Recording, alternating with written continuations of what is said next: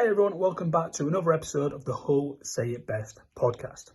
This is a special guest episode, and in this episode I'm joined by none other than Caleb Folan. So please sit back, relax and enjoy. Hi everyone, thank you for tuning into what is undoubtedly one of my biggest and best episodes so far. I'm joined by, as you can see, Mr. Caleb Folan. Super happy about this. It's brought many smiles, many happy memories to my life and the people around me. No doubt it's done the same to yourself. But Caleb, it's a pleasure to have you on. How are you doing? Are you well? Yeah, no, it's a pleasure to speak to you, man. I know we've been trying to set it up for a bit. I'm good. I'm really good. Life is good. Yeah, happy. Yeah, really happy. Good man, good man. Well, Nature called, right? You're doing stuff outside of football now. You've got business works. You're starting to build a bit of an empire. So I don't want to take too much time off you there, right? So things are going well. So that's only a good sign. That's only a good sign.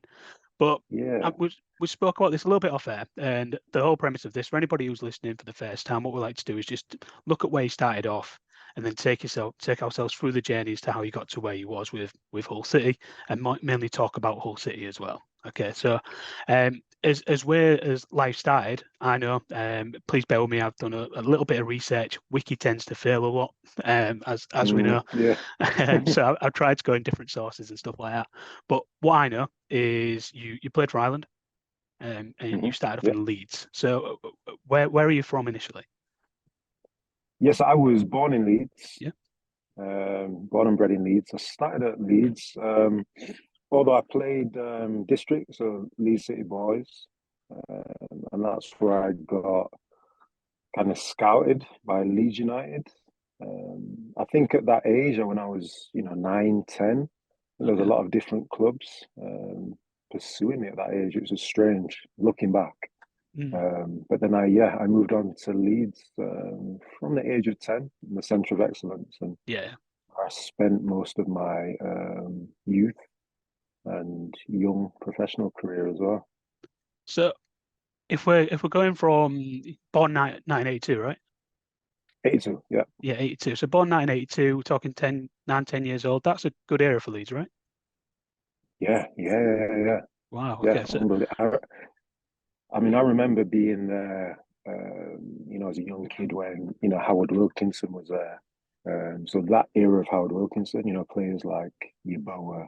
yeah. I remember, I was there through George Graham to David O'Leary to Terry Venables. So a lot of eras and managers. Yeah. So I'd seen a lot from a young age at Leeds. That's where obviously my career started, essentially. So talking about how it started then, one of the things I like to try and understand, especially when you speak to somebody has done as much as yourself, when you're, say, a 5, 6, 7-year-old, what did you want to be when you grew up? Well, it's interesting because from a kid, my passion and love was art and design. Oh, really? Yeah, that's all I ever loved doing was drawing, art and design. I grew up with quite a creative background, quite holistic and quite creative. My mum and dad were quite hippie. They were hippies, essentially. Yeah. So my dad was a teacher, photographer, my brother a photographer. My mum was a creative. She was a poet, artist. So I naturally grew up with a creative element to me. Yeah. So I was just drawing from a young age, and that was my love, was just drawing. And football kind of steered me in a different direction, although art always remained with me and within me. But I think, as a kid, I was always really athletic. And that just took me a long way with football, because I was quick, so I was quicker than the other players playing at that age. But when I was younger, I was really quick. So that kind of just propelled me really, because I was, it was at a younger age, I found it quite easy. Because it was just, I'd just run and I'd be left one-on-one most of the time. And we know how tactics are as a youngster as well. There's not there's not too much tactic that goes into it. All right, there's placement and positions, etc. But it's easy to play that long ball, send the fast kid in behind and put the ball in the back of the net. So it's easy to, like you say, be a standout at that time. So more interestingly, with football then at that age, was it more of a hobby then, knowing that you had this love for art and creativity, etc.? Yeah, I think art was my main passion, but I think outside of that, on the athletic side, I was into athletics. I liked running, and I gravitated towards football from a young age. Yeah. Also, I just loved playing football as well. So it was kind of like my balance of youthism. So I had the arts and creative side that I loved, and the football as the athletic side. It was like a hybrid of the two. So they kind of came hand in hand in a way.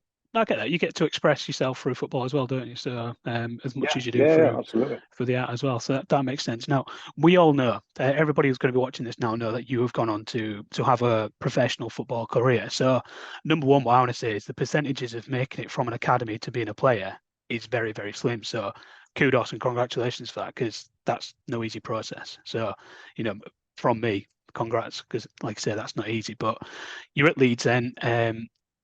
I know there wasn't much going on in Leeds in terms of kicking the ball professionally. How did it feel going out on loan to other places?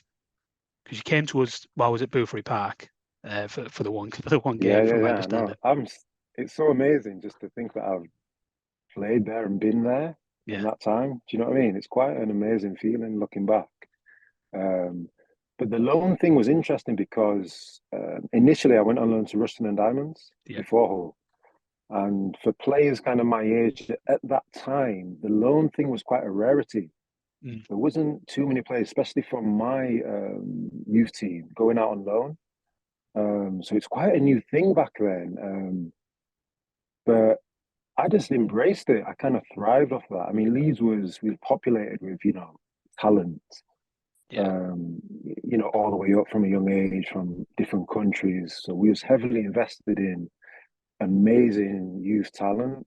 Um, and being the thinker that I am, I always kind of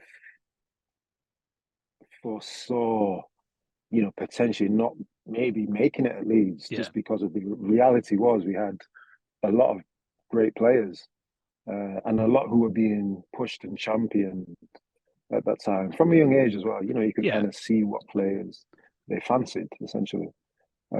So when the loan kind of move came about to go to Rushton and Diamonds, it was nerve wracking. Um, but it was exciting as well. I think it was just a part of my journey that I had to kind of go through and experience. It was just part of my experience at the time. So it just felt natural to just step into it, really. Not that I had too much say in it. I Yeah. didn't feel from a young age, you just kind of, okay, that's fine. You almost just accept. It's a new Um, challenge, right? but it was a new challenge, and I actually really loved it. Rushton Diamonds, incredible. The owners there.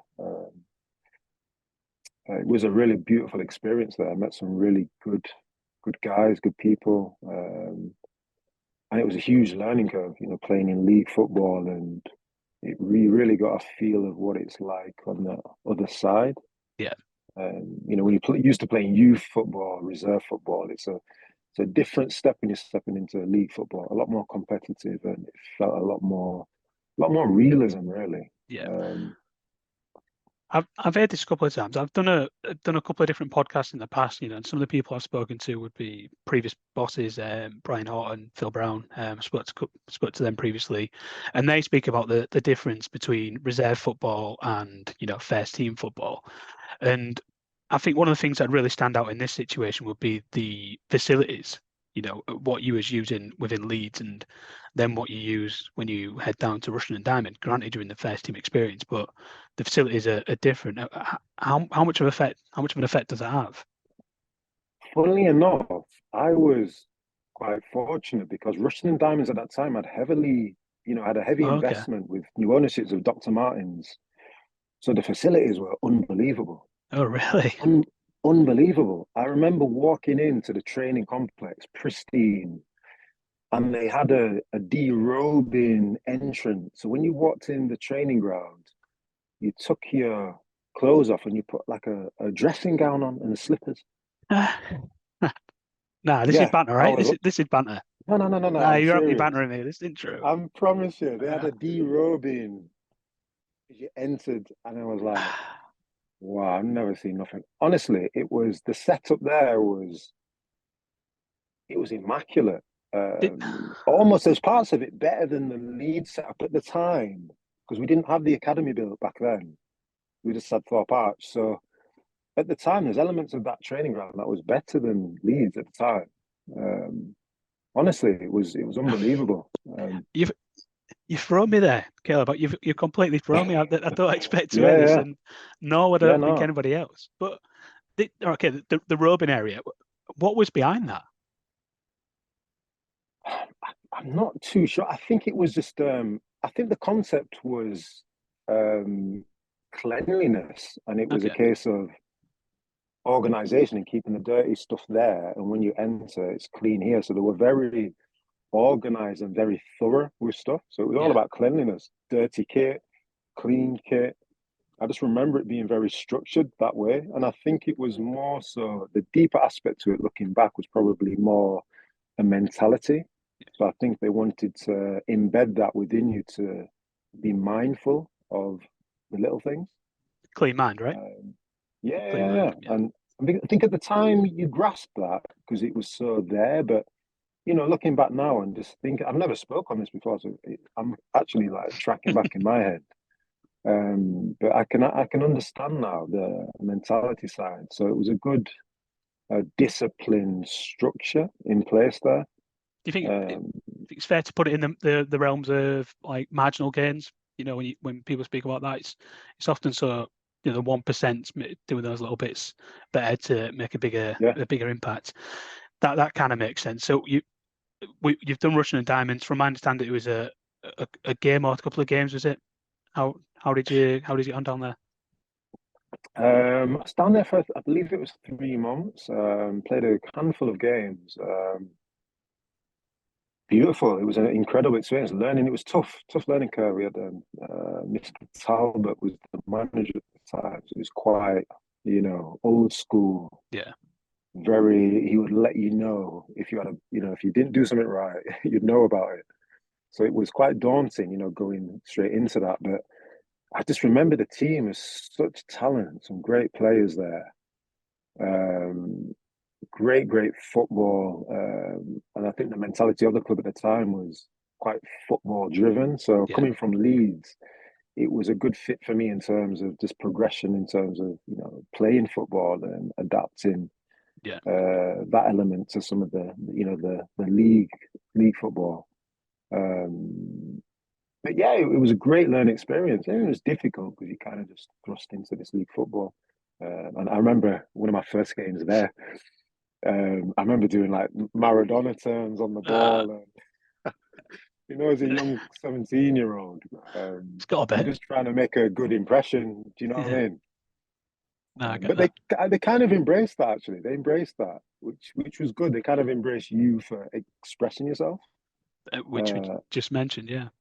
yeah, yeah, well, until I lost the ball doing something stupid. But That's yeah, I'd know about it even from the players. yeah, But yeah, they kind of just embraced you for you, really. And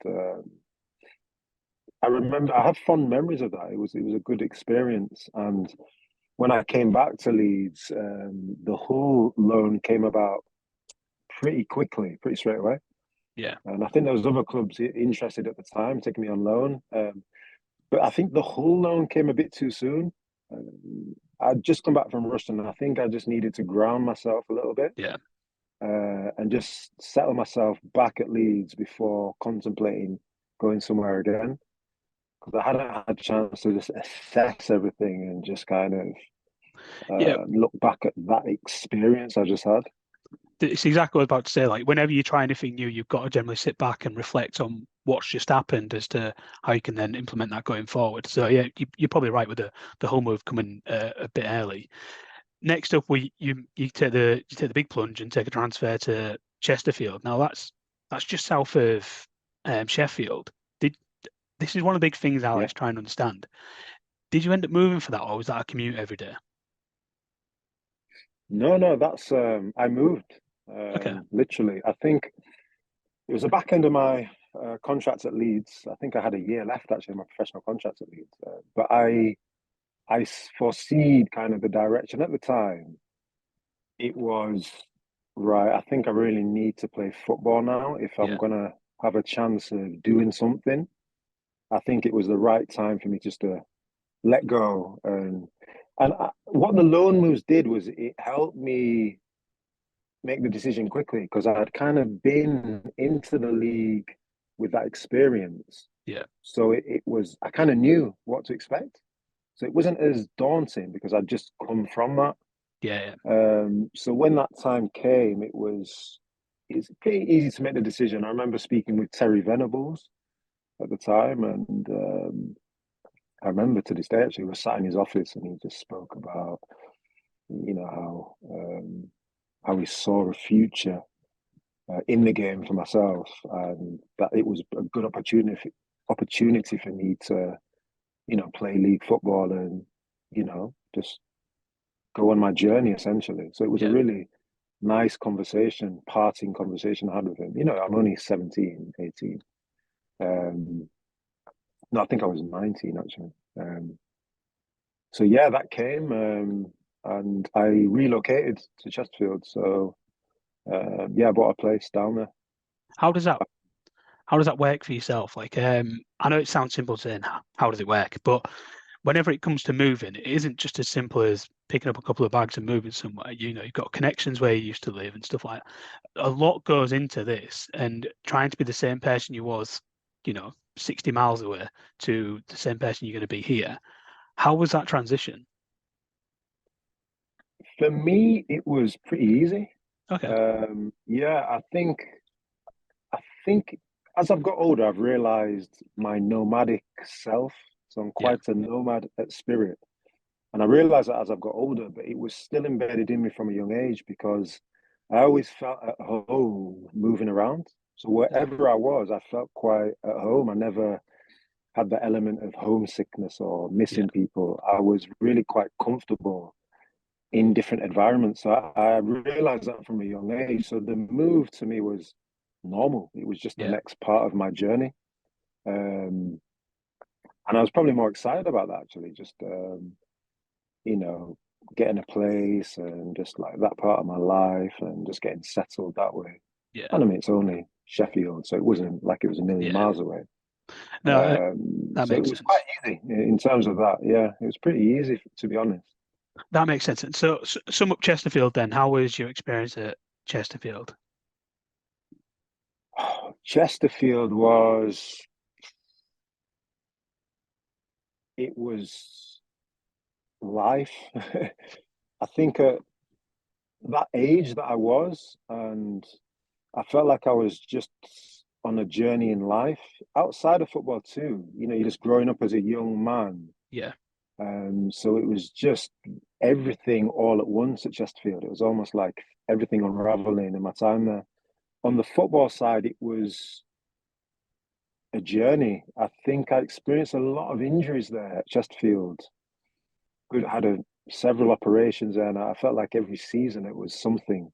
Yeah. So it was very stop start at Chesterfield. And I think it got to a point where I could sense the aggravation within the crowd, even when it was Yeah. match day and whether I was coming on or announcing the team, it was always that sigh of, ooh, they don't know what they're going to get here. How does that get to Very, you? Sorry to jump in. Sorry. no, you're fine. It was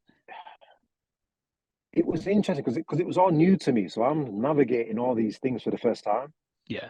Um, but in a way, it probably shaped me to become more comfortable within myself because it was tough. There was times at Chesterfield where I was getting booed on the pitch, literally getting booed. Yeah. But I could understand the frustration because I was playing for 1 minute and then I was injured and it was trying to find form and it was always a stop, start, stop, start. And actually, that element of stepping onto the pitch and being, I actually kind of, I don't know if I thrived on it, but it almost made me feel free Yeah. because at that point it was like, what do I have to lose at this point? You know? Again, So that almost activated another part of my inner self where I felt a lot more free to just not care and just play, you know? it, Um, again, it makes perfect sense. It makes perfect sense. When the cards are down and people are against you, it makes sense to go out there and prove people wrong, doesn't it? I've got nothing else to lose here. Play crap, you think yeah, I'm and crap anyway. absolutely. Yeah, absolutely that. And it was, I think it did me well in terms of just evolving as a person and as a player, especially. Was going through that at that time. I think it was a good thing for me. But I never forget this one time when it was bad at one point because it was, every week at this point. And I remember Roy McFarland, the manager, pulling me in the office one day. And I can remember this to this day. I remember he sat me down and he said, I'm not sure if this is good for you. We might have to look to move you on. And I was like, oh, shit, okay. Um, this is the first I've Yeah. ever experienced this kind of conversation. And he was like, yeah, I don't know if it's good for you and um, have a club interested. I believe it was Port Vale at the time. Port Vale interested. It might be a good thing for you, just a fresh start. And I remember just thinking, no, don't know what it was. I just remember like, I think because it was outside of anything that I would have thought of, leaving. So my initial was just like, no, I'm not interested in moving, Yeah. basically. But I never forget that conversation. And that kind of took on its own form of me finding form. And that conversation now being, we have bigger teams interested. Yeah. It's crazy how the universe works that way. It's So it went from Port Vale to Premiership teams interested in me. this is what I was going to move on to. Like, how did that come about in terms of, I wasn't expecting you to tell me about maybe the not the difficult times, but the struggles you had at Chesterfield, and then how that materializes into a Premier League move. How did that happen? It was, like I said, I'd gone through, it was a tough time with injuries, a lot of injuries. And it Yeah. really, when I'm experienced these kind of injuries for the first time, I broke my ankle at Chesterfield, first break I ever Yeah. had. So there's all these things I'm experiencing. I lost my best friend whilst I was at Chesterfield. So I was dealing with a lot just as a young lad. Yeah. Sorry to hear that, man. And it's okay, man. Thank you.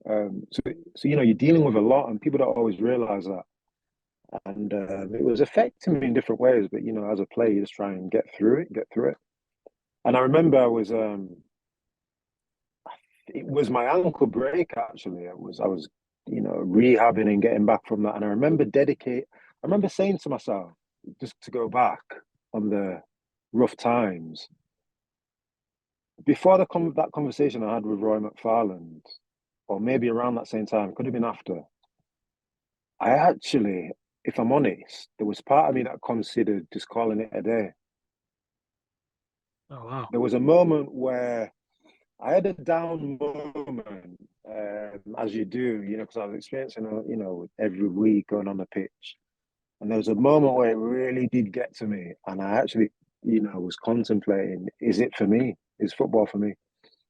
Um, and I'm trying to get fit coming, off the back of an injury, long-term injury. And I had a word with myself and I said to myself, I'm going to give it my best for the coming season. So what that meant was dedicating my off season to just getting as fit as possible. Yeah. Not going away, just really working on myself.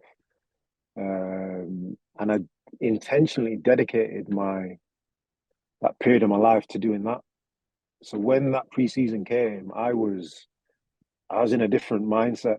You know, going through what I'd gone through, I was just really in fight mode. Yeah. I was like, just bring it. I was like, just bring it.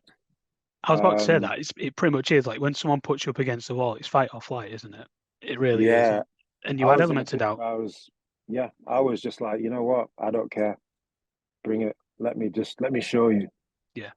And you came out It was swinging. that fight mentality. I was really, really up for it. And we had an incredible Carling Cup run where we had incredible draws, Premiership teams each draw. Yeah. And I was just on really good form. I think I scored in every single game, and that just generated huge interest, Premier League interest, and just off that, That little run. Carling Cup run, which also kind of, It's which also interesting you kind call it of, Carling Cup. The Carling Cup's yeah, such an old I know, phrase, right? and I've still got the bottle at home. You know, the champagne bottle, Oh Carling yeah. Cup, big bottle. I still got that. Oh man. So I remember that kind of trickled into my league form as well. So I was flying. And I remember, talks of different Premiership managers, coming down to watch me play. And I remember seeing a few as well in the stands. There's only Chesterfield, so you can kind of see who's in the stand. What And does yeah, and then how does that affect that you? next, it didn't affect me in any way. I had almost found a new self at that point. I was like flying, I was fearless. I was just expressing myself, and the crowd could feel that, and the crowd were kind of back on side. It just felt good. Yeah. And that momentum just carried on. Once you get that momentum, that confidence, it was just flowing. It was flowing. And then full circle, that next conversation with the manager in the office in that same chair, whereas, last time it was, we might have to get rid of you. It was, right, we might want you to sign a new contract so we can get a release clause in there because we've got some Premier League interest. How the roles reverse is unbelievable.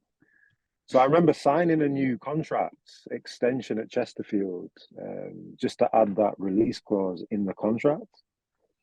And I think I remember people at the time, they couldn't, because they didn't really know that and Yeah. understand that. It was almost like, oh, why are you signing a new contract? You've got all these teams interested.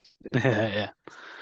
And in my head, I'm just like, Did they, part of the process, did they tell you that? And then, yeah, it was teams like Man City was a big talk. No, what, sorry? Did they tell you that at the time? Like I say, "Oh, look, we need to get a release clause in there. Sign here." Pretty much without being so blatant with it. Yeah. It was spoken of, and obviously through my representative, and it was, I was aware of the play. That's another side of the game that you then see and learn. Because I've never been in that position before. So it was like, oh, this is interesting how this works. And tried to switch off from. Yeah. But I was well switched off from it. I was just focused on playing at that time. I was like, at this point, I was like, whatever's gonna be will be, So I was just embracing playing. I was just carrying on that form. But yeah, there was talks of. I remember Man City was a big interest with Stuart Pearce there. Yeah. I remember him coming to watch me several times. And I remember scoring against Man City in our Carling Cup run. We knocked Man City out. And I think a lot of people thought I was going to Man City at that time. Yeah. I was very switched off from that, so I didn't put much stock into the idea of going anywhere. So if I'm trying to remember this correctly now, so the Carling Cup and the first couple of rounds are always early doors in the season. So was the window still open at this point? Because it generally closed at the beginning of September. Was the window still open at that point? Or are you talking later on, closer to January? A bit later on, yeah. I don't believe the window was open at that time. I think it was more back end. Yeah. Can't remember the months that back then when the window was, but I don't think it was at the time. No, it was after that phase. Yeah. Okay. So you've moved on to Wigan. How did you choose Wigan? Yeah, so the Wigan move came about. Again, I was called in the office. Roy McFarlane, that same seat. Um, and I respect Roy a lot. I saw him, as I said, years later at Hull at the KC. I was there Yeah. on a reunion. I had a good chat with Roy, but he was a really good man. I learned a lot under Roy. That's a whole other story. But yeah, so the Part two. conversation yeah, part two. So he called me in, sat me down that same seat, and I was like, okay, what's it gonna be this time? And it was very straightforward. I believe the words he said were, Wigan have come in, so it looks like you're going there. Honestly, it was really, and I was like, tell me more. Yeah. Tell me more. So they had placed a bid, from what we set on the release clause. They had matched that, and within the next day, it was actually on the deadline day. Oh, It really? came in. Yeah. It was deadline day. So within that day, I think the next day maybe even that day, I was on my way over to Wigan. I think it may have been literally the day of the conversation. Crazy. So I was in the car. I remember going all the way with my dad, all the way to Wigan. Yeah, and I remember being at the training ground. It was quite late. It was because time was ticking. And I remember just being sat outside the office as my agent was sat inside with Paul Jewell. So I just remember going back and forward, my agent popping his head out, going in. It was surreal. It was Yeah. surreal. And even more surreal, that following weekend, maybe, I was then playing for Wigan in the Premiership against Reading. It's crazy. Like, It's how?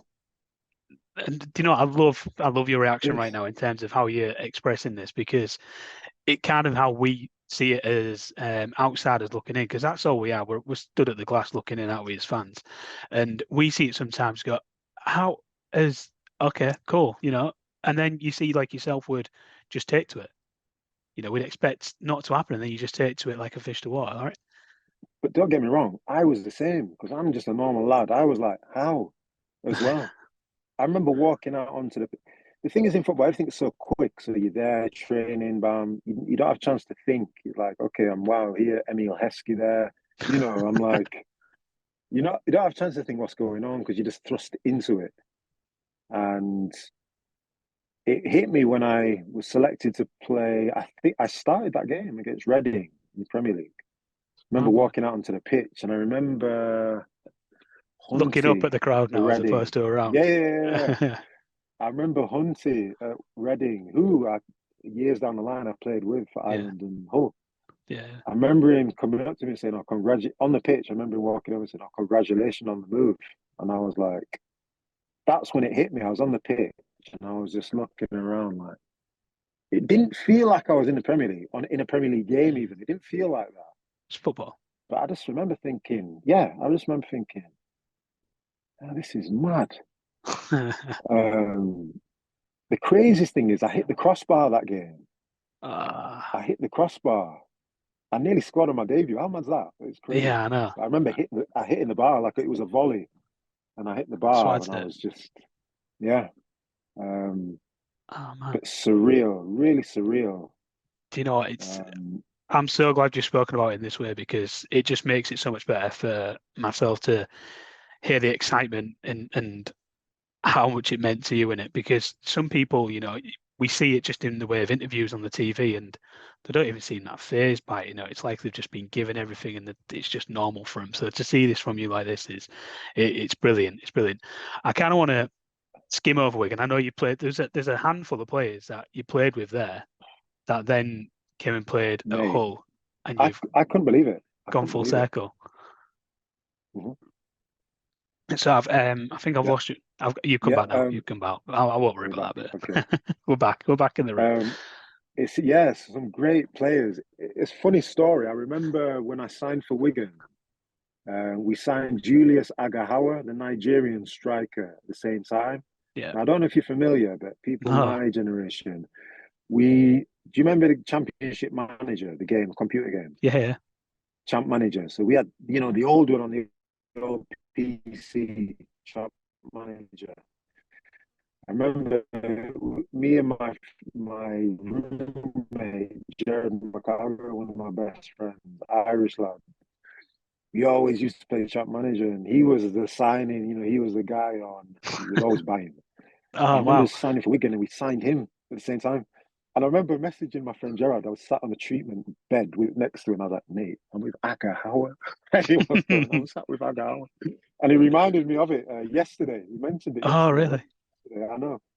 But I just remember thinking, this is just surreal, really surreal.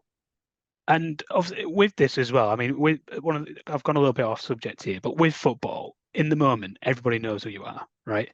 Um, Especially in the local area. If they're a Wigan Athletic fan, they know who you are, and you get spotted everywhere.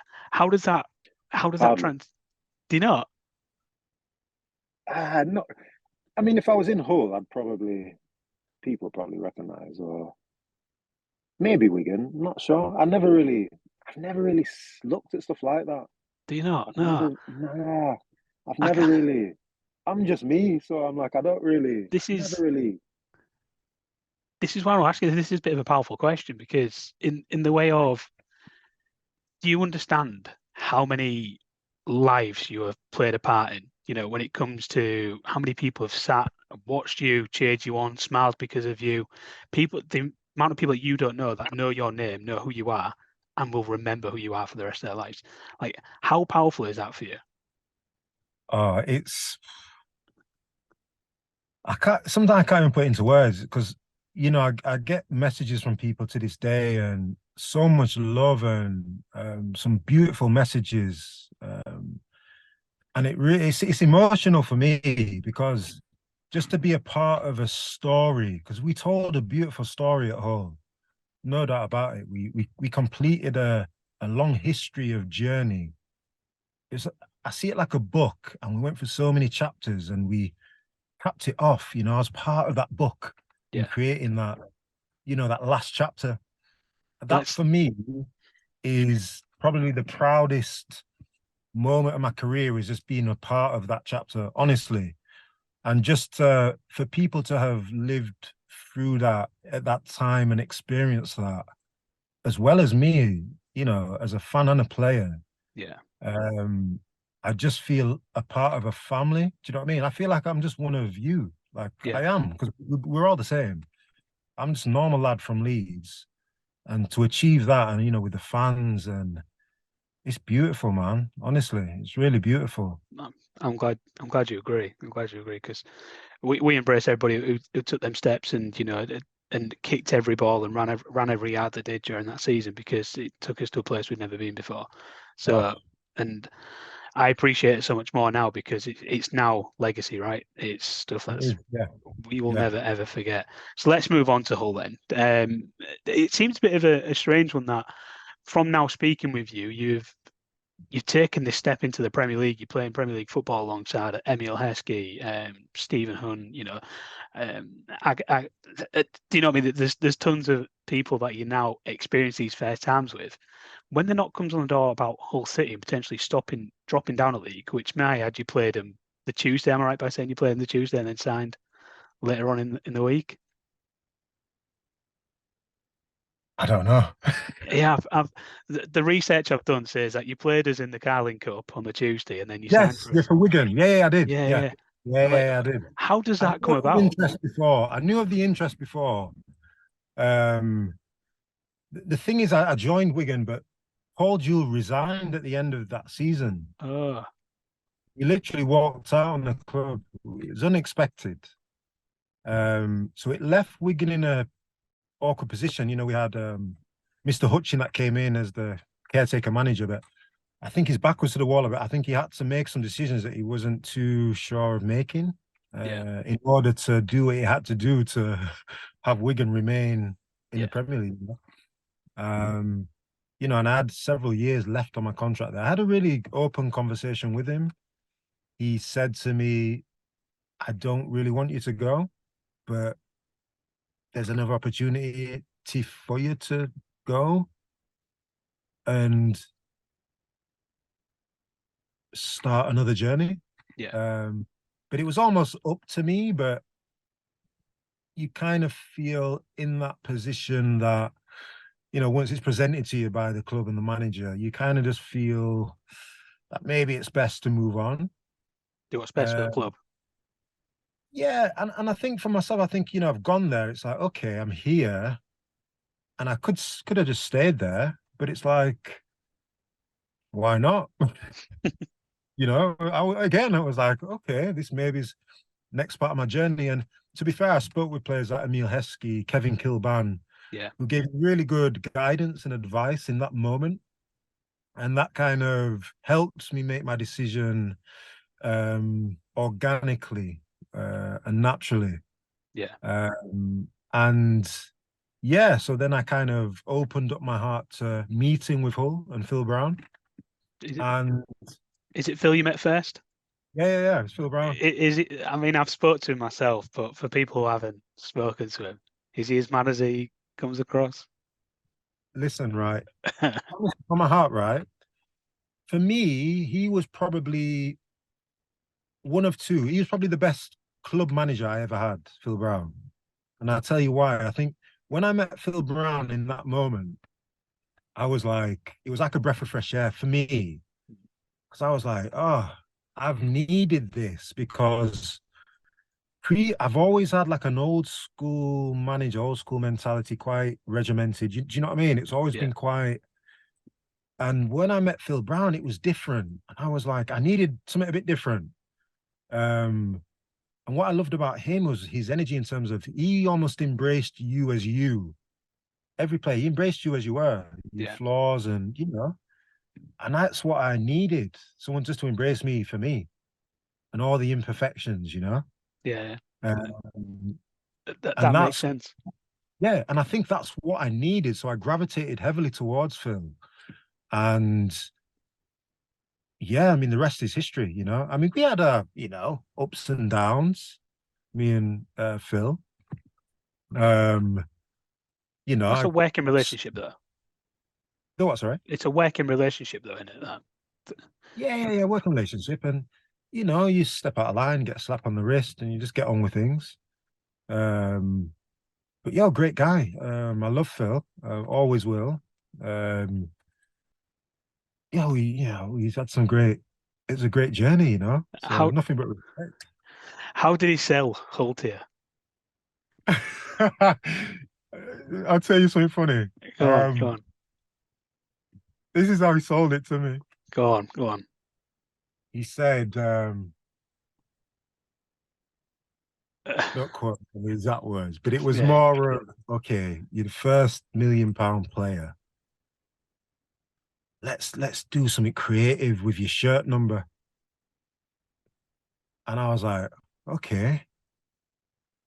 He goes, how about 99 on the shirt, on the back of the shirt? Honestly. And I remember thinking, oh mate, that's wild. But I was here for the enthusiasm. Yeah, who is this guy? I was like, this is awesome. Is this really happening? And I think I said something like, I'll be good with anything with an 8 in it. Anything with an 8, I'm good. Yeah. And I think Dimani had 8, so I settled for 18. I remember 18. Yeah, but he sold it to me by really being enthusiastic about, let's do something with your shirt number. And I just thought, this is awesome. I thought, this is brilliant. Man's got jokes. I like that. And I was like, I was sold. I was like, so where do I find?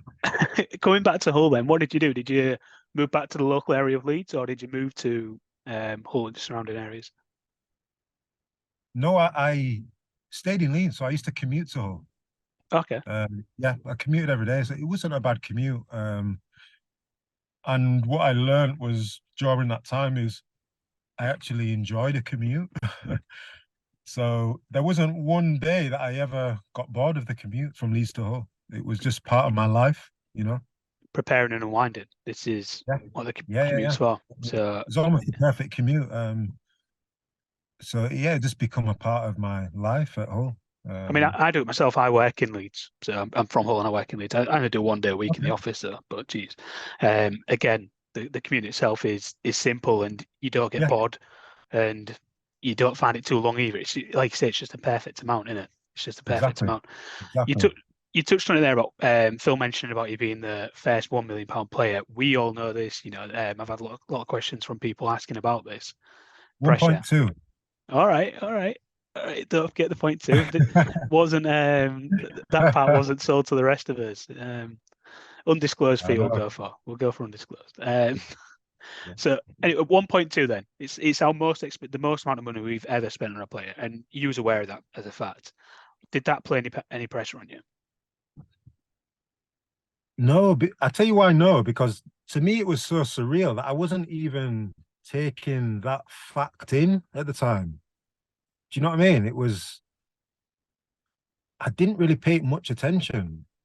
Just because it was that surreal to me, I think. Yeah. You know, so it didn't really affect me in that way because, whether knowingly or not, it was just kind of at the back of my mind in Yeah. that moment. That makes sense, and it also makes performing a lot easier when you don't have to worry about the stress of what's everyone thinking. We spent that much money, and if you're not thinking about it, then it doesn't play an impact on Yeah, your output. yeah. I believe Bambi and Bridges were at the club when you signed as well. Did they play any impact in terms of, because you knew them from Leeds, right? Oh yeah. It was surreal because I grew up. I'm a childhood Liverpool fan. Yeah. So I always had this. When Nick Barney came to Leeds, I always had this element of just respect because it was like, to me, it was like, yeah, it's Nick Barnby, Liverpool.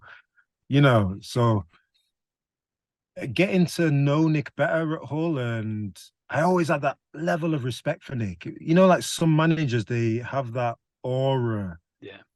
And that level of Professionalism. it commands that level of just respect, like and Nick had that with me, and a lot of the lads. We all had a respect for Nick. So it was good just to get to know him and to speak with him. Bridgie again was a great lad at Leeds, really down to earth guy. I remember him at Leeds. All the young lads always looked up to Bridgie because he was just like a normal guy. Yeah.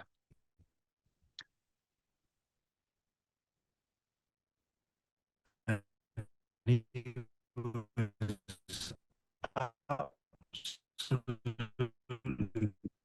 smashing it at Leeds. So he was doing it for us at Leeds, No, that's good. One of the things I kind of get from the promotion winning team of the 2007 to 2008 was character. There was no bad eggs from what I hear. You get a couple of pranksters knocking about and stuff like that, but to call them bad eggs and people that are going to rot in a dressing room, my understanding is there wasn't any. Can you vouch for that? Yeah, no. It was like what it was, and this is so beautiful. It was like a family at Hull. It had a group of players who were down to earth, genuine lads, and it was like a family. Sometimes you may get in trouble for something that you shouldn't do, but you were told about it and it was forgotten. You just get on with it. Do you know what I mean? It was like a family kind of relationship. If you stepped out of line, you get brought back in line. And there was never an element of a bad egg there at all. It was just synergy in abundance. Yeah, and you mentioned there about you step out of line, people pull you up for it, etc. With many teams, there's often fines, some funny, some serious. What sort of fines were around that year? And did you catch any?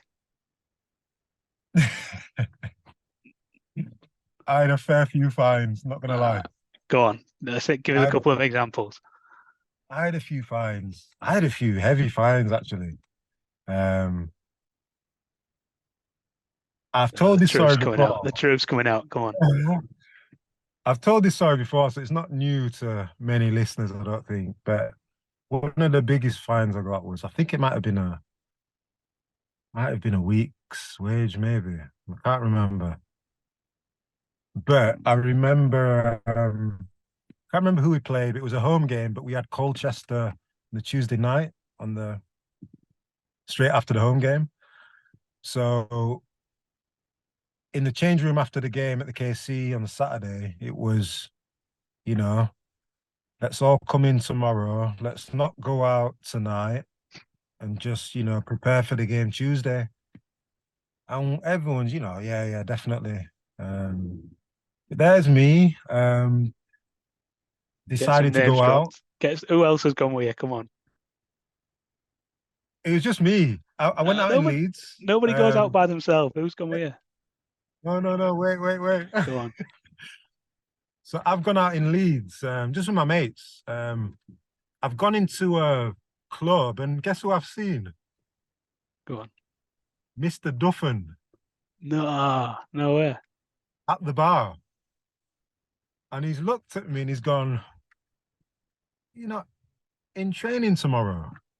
And I was so on the spot, I just lied and said, oh, no, the manager's like, just give me the day off. And then morning comes and my phone's pinging. And I thought it was my alarm clock. So I'm just reaching over and snoozing. So I thought I was just snoozing my phone. And after a few times of hearing it, it's woke me up and I've realized it's my phone ringing and I kept cancelling it.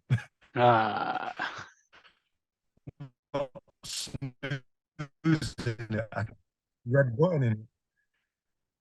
So we sat training at 10:30, and it was Brian Horton on the phone, just screaming down the phone, "You've gone out, haven't you?"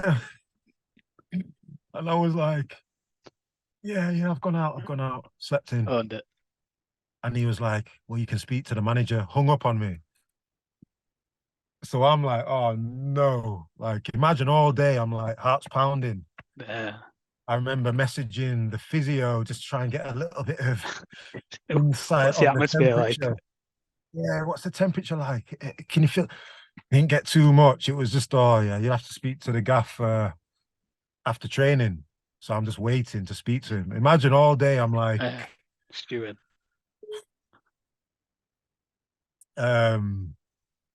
Sorry for interrupting this episode, but I did just want to say thank you to anybody who is watching or listening right now. And wherever you are watching or listening, please hit that subscribe button. It really does help.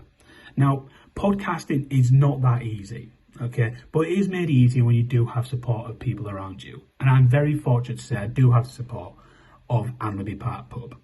These are based in the local area, and if you have been before, I think you'll vouch for me when I say they are extremely welcoming. Not just to you, but to our canine friends as well. They're a dog-friendly pub. They've got live sports on over the weekend and through the week, and they've just recently got a new kitchen as well. This new kitchen means that they can bring better food, and it's available from Wednesdays to Sundays. One of the things that I'd like to recommend is the Yorkshire pudding wrap. It's probably one of the meanest Yorkshire pudding wraps in the area. So if you haven't been there before, get yourself down there. Meet Craig, meet Claire. They're absolutely amazing. Thanks a lot for listening again. Is it Nathan Doyle ringing? Nathan Doyle rang me, so it all cut off. Ah, man. Where was I? Well, so you tell me about we'll leave that part in. I'll just cut me out, sat by myself for a bit. But yeah, Nathan Doyle just rang you. Before that, we was just speaking about Oh, I slept in. Slept in, yeah. And it was Brian. So I was waiting all day to speak to the gaffer. So can you imagine what I was thinking, all sorts. And the end of the day came and I rang the manager, Phil Brown. And he was just laughing on the phone. He was laughing, genuinely. And that's what it was like at Hull. He understood. Yeah. So it was funny, but you're still dropped for the game on Tuesday and you're going to get fined. Fair enough. Do you know what I mean? It wasn't held against you. It was, you knew what was coming and you get on with it. And I remember that Chesterfield, the Colchester game, I don't know if you remember, I came on and scored. Dean Marnie, 1-on-1. And I was like that. Do you remember? Yeah. I remember that. That's because I slept in. I was like that. What did Phil say to that? Everyone was laughing. It was all forgotten at that point. It was just beautiful. Yeah. But that kind of summed up the stepping out of line element. You know, I don't know if you're aware of this as a fact or not, but we didn't lose a game you scored in I during didn't know that. up until all the way through the championship and in the Premier League. I was using that as just a phrase for the championship. The only time you scored and we lost was Portsmouth, which was coincidentally the only time you scored 2 in a game for us. Yeah. Wow. It's mad. I didn't know that. That's mad. Mad. Yeah, yeah. I love Man's done that. his research, right? But yeah, that season there, some of the goals you scored. Let's get real. There was important goals. You'd scored some winning goals, some equalising goals to make sure we didn't lose games, and then you scored goals to put games to bed. You know, every goal you scored during that season was an important goal, and this is a statement in itself. Without you, we wouldn't have been promoted, which kind of moves on to the next part, because somebody's asked me to ask you about what was it like with, I don't know if you liked the title or if you was aware of the title, but a lot of fans referred to it as like the super sub. Mhm. What was that like as a title? It was kind of cool. Was it? I guess it was kind of cool because it was what it was. It was, I was being used in an effective way in certain moments, and it never bothered me in any way. If anything, I saw the cool within it. Yeah. Okay. I'll take it. That's good. take it. That's good. I can imagine, like me, I don't play football at a decent level. You know, I wish I did, but I don't. You know, I've just got to get on with that. But if I was the sub every single game, there's enough teams for me to go around and go play at a lower level. I don't think I can get much lower, but I could go find another team to then potentially be a starter. And I didn't know how that would feel for somebody who plies a trade at a high level prior to this, is then being known as a super sub. No, I think especially in that promotion season, I knew it was bigger than just me. Yeah. I knew we was on the cusp of creating history. And I knew my value within that team. Yeah. So I was very comfortable and confident, not only within myself, but with the decisions that were made and in my teammates. So it was never an element of thought of not being there and not being a part of it. Yeah. And playing in that attacking role in that team as well, you had to compete with Dean Windass, Fraser Campbell, Nick Barmby, yourself. You know, it's not an easy punch to be competing against, right? Especially say you looked up to Nick Barmby, all of a sudden you stood shoulder to shoulder. Yeah, but the thing is in amongst us, it wasn't an element of competing. Naturally, you're competing, but yeah, towards our mindset was it was more of a collective strategy. So, some days it would change and it was just all collective to us. Yeah. Because we understood the play and the bigger picture and the tactics, if this worked. And end of the day, as a player, if a team's set up a certain way and is doing well, we're going to keep the team. Do you know what I mean? So it was never, and I think we had such good form and good runs. It was, you kind of knew what the teams were going to be a lot of the time, to be honest. But no, I was a champion, as a huge supporter of all my teammates, especially Fraser, Dino. I was just, grateful to be a part of it. I think the only time where I felt a little bit like what you would think would be in the promotion season when we got promoted, that first season. I just felt I was underutilized a little bit. I felt like I could have been used more. I felt like the players we brought in didn't really justify not utilizing me to my fullest potential. I'm kind of glad you said that, because I wanted to touch on it, but I was going to touch on it a little bit later. Was when I sat with Phil and I was speaking to Phil about this, he mentioned that one of the key motivations during for the playoff game pre-match was to say, if we do this, I promise I'll give you all a decent chance in the Premier League. This is what he told me. And then when we see how little you used, I know there was knee problem in there and things like that, but how little you were used, I agree. I feel like there could have been more for you, if that makes sense. So I'm glad you've kind of brought that up yourself, because it was something I thought. Yeah, I mean, on the flip side, I understood it in terms of Hull having to create an element of security within entering a new realm, right? So I understood it. I just felt like the people you're bringing in that role, I Yeah. feel I could have done it justice, if not more than what you were kind of integrating, Yeah. and overlooking what you already had there, if that makes sense. Yeah. We try and justify it, as you can imagine, as fans. None of us really know the full answer. All we've got is like I say, we're outside looking in. We've got a couple of facts to work with. We've got to come up with the best, what we think is what's actually happening. So my understanding at the time was, these people have just been paid more. They've had a heftier sign-on fee, etc., etc. You kind of think along Definitely this paid lines. more. Pardon? Definitely Okay. paid more. Definitely paid more. No, got strings. But yeah, the way we kind of think about it is, if these people are being paid more, the manager then has to justify to the people above them as to why they brought them in. And that's just one of many little reasons as to why these people often get played more. Could there be something in the contract that says they have to play a minimum of X amount of games? We often see it with loan contracts, etc. So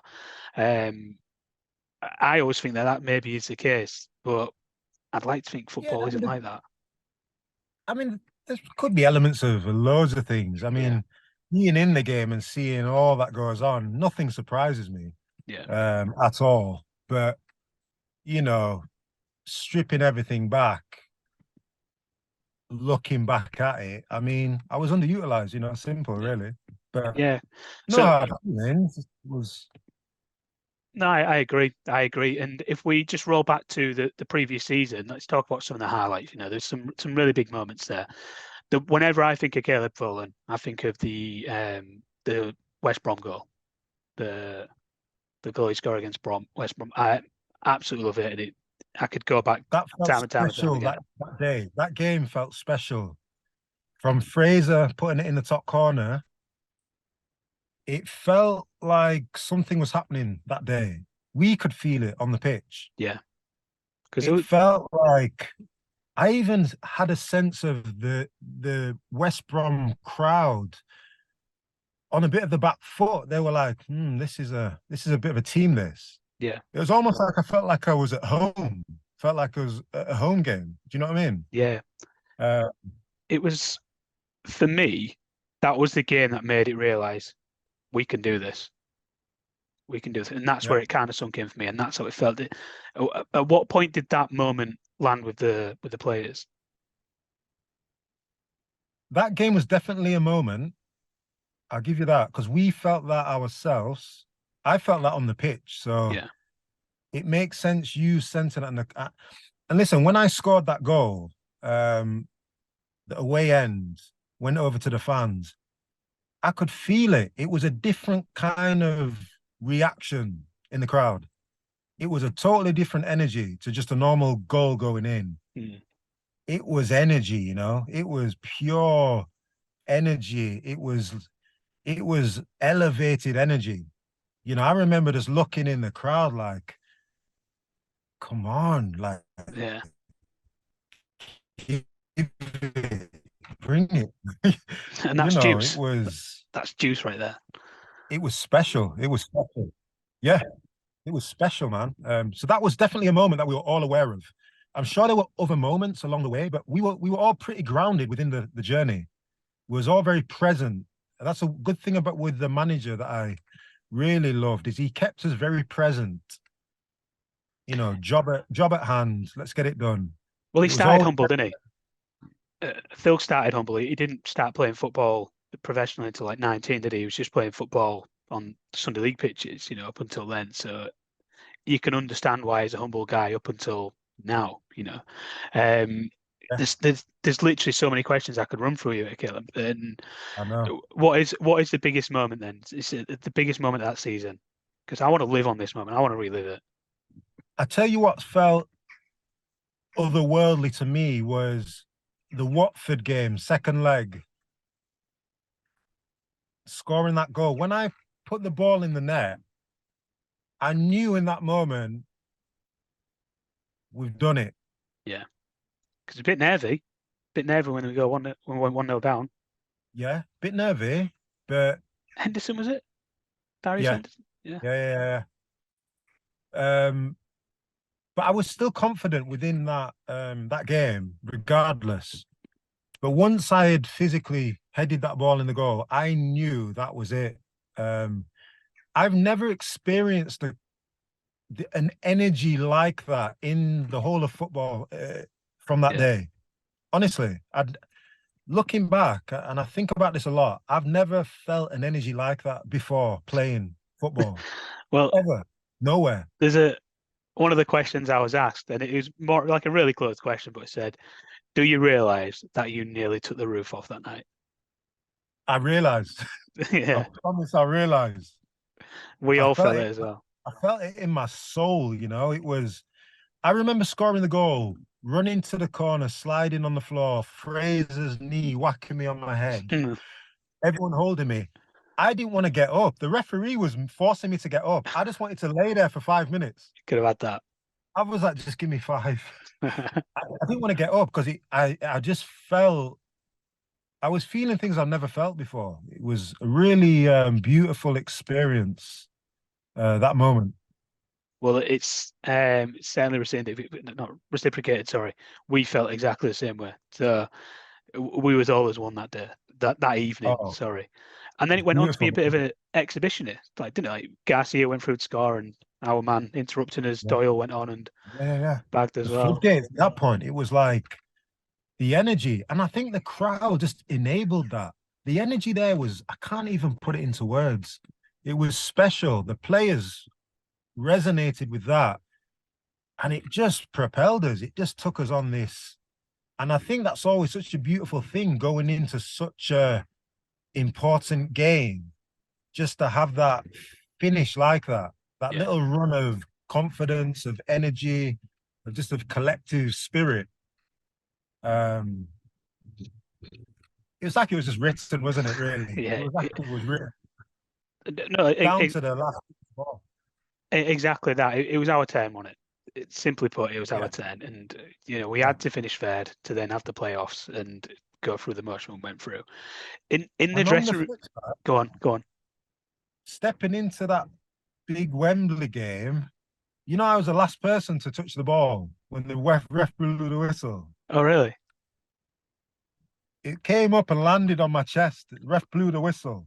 And I remember catching the ball and just kicking it into the crowd and just collapsing. Yeah. But I remember the final touch of that game. Euphoric. It's, again, we lived in those moments watching it, and I get a little bit giddy when I score a goal now. So I cannot imagine the feeling that goes through you when you do that in front of tens of thousands of people, and everyone's there just as happy. Like, again, we could go on for days about this, couldn't we?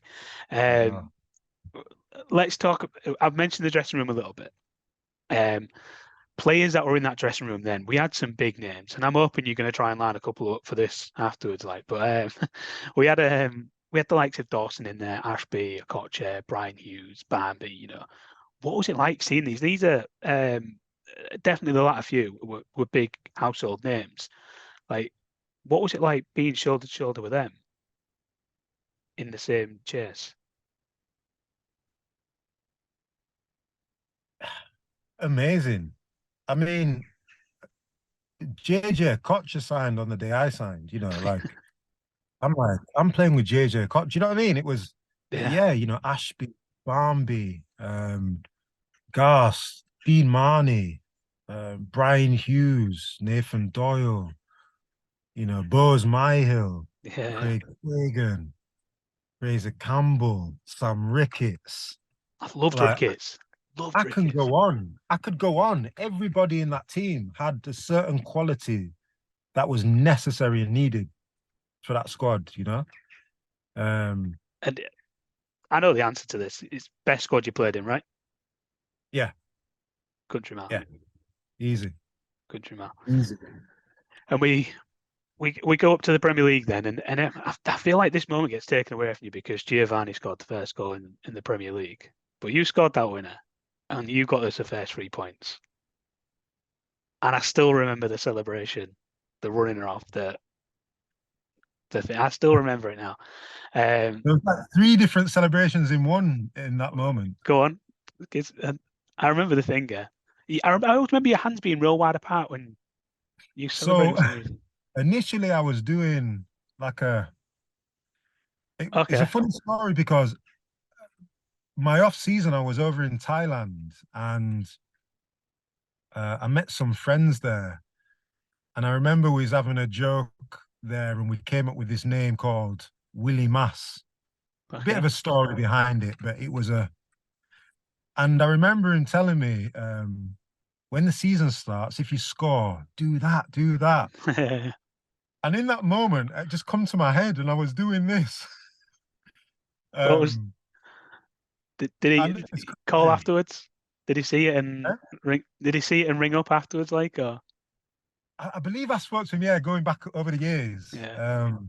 But also it was quite significant because it was the anniversary of my best friend passing. Ah, So I had the armband on me. So that made it even more special because I had the armband on me that game. And look at the alignments, just being able to score for him. And I remember a lot of that emotion just looking up and being, I did it, you know? what do you think he'd have said to that? Well, he Seeing would have that been at goal. the game. He would have Yeah. been there. And he would have been buzzing, man. He would have been there. He used to come to my games, so Oh, he would good have man. really basked in that glory, you know, with the fans. He would have He'd been have been in jumping. it, Yeah, yeah, yeah, in and yeah. amongst it. Nah, that's He what would we have love to see as hair well. dyed orange as well. He would have had orange dye in his hair. Just In, impossible to miss then. Impossible to miss. We touched on the Premier League as well in terms of how kind of little he was utilised in comparison to what you expected. There's a couple of questions I wanted to run through with you that I've had off other people. So the first one, I've mentioned a couple of these already. Best moment for Hull City? You can only pick one. There's obviously been a number of really good ones, but best moment. yeah. I'd have to say just getting promoted, you know. There's loads of And moments, don't get me wrong, but to get promoted, the reason why I say that is because I'm thinking outside of myself. I'm thinking collective as a unity, as one, not as an individual feat, but just collectively that achievement within itself. It has to be one of the best moments of my life, you know, yeah, especially, of course, my career, but to complete that chapter with those group of players, best moment ever. just to carry on from where I was, I'd literally just asked you before I got cut off. What was your best moment playing for Hull City?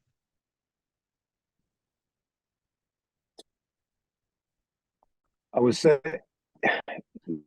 there's so many moments, but I have to look outside of myself individually and think more collectively because what we achieved within that story was all collective.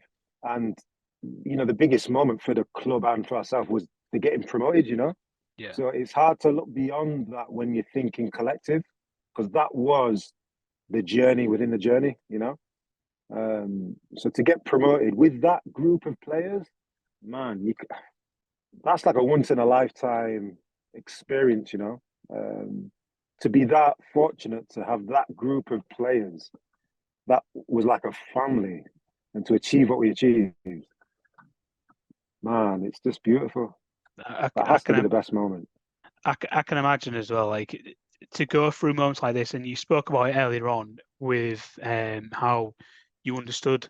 You didn't really mention the word process, but you understood that what Phil Brown and Brian were trying to do in terms of you all played your own part. Nobody was a starlet, although Oh we yeah, have names that yeah, stand yeah, out. You all knew what part you played, and yeah. to know that everyone pulled the weight and you got that must be such good feeling. So I've asked you what your best moment was, but I'm hoping I can get a different answer here when I ask if you could go back and live a moment Mhm. again, which one would it be? At Hull, nice enough. It'd be nice if it was at Hull, but if it's anywhere in your career, it would be good.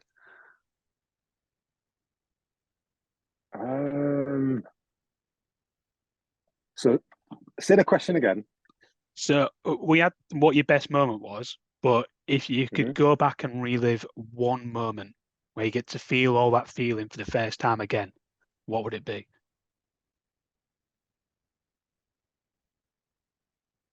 See, I'm going to throw you off here because I wouldn't want to go back to relive it, you know? All right, okay. I wouldn't want to relive it just because it's been lived, you know, and I like to remember it as that one feeling at one time. There's things that I could go left with his answer and say there's things that I wish I could go back and circumstances were different to what they were, i.e., Nigel Pearson coming in. Yeah. Go on. Tell me more. I wish we could have changed that. I wish that's definitely a part two, but I wish that could have changed because that was a whole experience and a journey for me within that relationship. So I'd answer that by saying I wouldn't relive, but I'd love to go back in time and change that moment. Change an outcome. Just that whole moment. Yeah. Like, totally. I read up on this. I think it was this morning or last night when I was having a look at it, and I read up on this along the lines of you was kind of dealt a hand, from my understanding. There's a whole lot of change going on, and you didn't really get a big say as to what happened during that point. But like you say, let's hold that for a part two, right? That's definitely a part two. But no to that, I did have a say in everything of that. Okay. It was just a lot of dishonesty and a lot of false hope and a lot of communication problems. But ultimately, I had the final say in everything, really. Man, you'd have killed it in that team as well. That season. Man, I know. I would have loved to have played in that team. I would have loved to have played in that team. You'd have played under Bambi, right? Was it there for a season? I'd gone just before that. I wasn't there when Barnes took over. I would have loved to have played under Bambi. Honestly. My most recent I episode. would have played some of my best football under Bambi. My most recent episode was with Bambi's lad, George. He was telling me about what it's like growing up with Nick as his dad and stuff like that, and what an episode it was. You know, it's nothing but good things about the guy. By the sounds of it, the character, the professionalism he has, and how he just holds himself as a person, it's sort of the person you just want to be around on a daily basis. So, massive jealousy there. As you can see here, Caleb, this is my charity football team. We raise money on the side in Hull, playing football. One of the lads has reached out and said, "Where do you want to play Sunday? Is it left wing or centre forward?"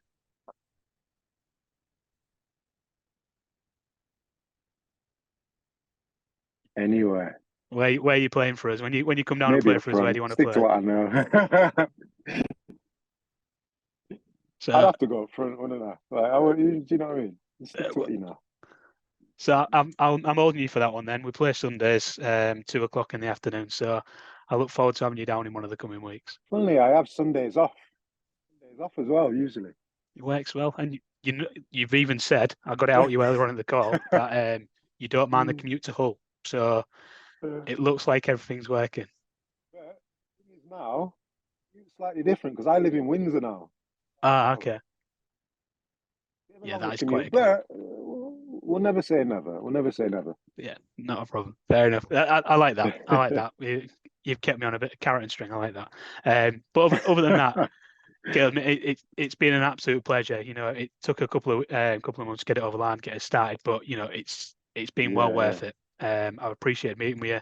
You've come across 100% genuine, and I look forward to doing a part two of yourself, and fingers crossed you'll be able to recommend myself to somebody else, maybe from that promotion winning team or somebody else from the Hull City days. Yeah, absolutely. I'd just say thank you for you as well. And I don't do many of these things, but it's nice just to speak on the time at Hull because it was such a book, and there's so much to speak on, and it's always nice reflecting, and obviously with good people like yourself, it's always just nice and organic. You know, it just feels like I'm just having a chat. Well, so no, I appreciate you reaching out. Caleb, the next episode should well be. More by the Tigers! More by the Tigers! Regain more by the Tigers! More by the Tigers! Regain more by the Tigers! That's what we should do with a part 2. We should do that in part 2. It's down. Let's get on that. That'd be cool. And then we'll finish off. That'd be cool. We'll finish off on the Sunday, just coming into the training ground where we play our games, and we'll give you the hat-trick ball at the end of the game, right? I love it. It's a good idea, though. You've not signed off on it yet. I'm waiting for the yes. Hey. I need to get a bit of fitness in first. You can't be any worse than us. I'm underplaying us. We're not absolutely awful. There's a few of us that play. We've got a local Hull charity league, and charity makes you think that it's just going to be a load of 18 stone plus guys running around a pitch, and it's never the case. It's never the case. It's not the case. It's not the case at all. And I've got you for my side against you now. I'm sure I'll pocket you, Caleb. Is my final last words. But no, it's been again, it's been an absolute pleasure. So thank you for joining. I'm definitely looking forward to number 2. Yeah, no, thank you. And thanks for having me, man. I appreciate it. Thanks a lot, man. Enjoy the rest of your day and have a good weekend with you. You too, man. Thank you. Cheers, man. All the best.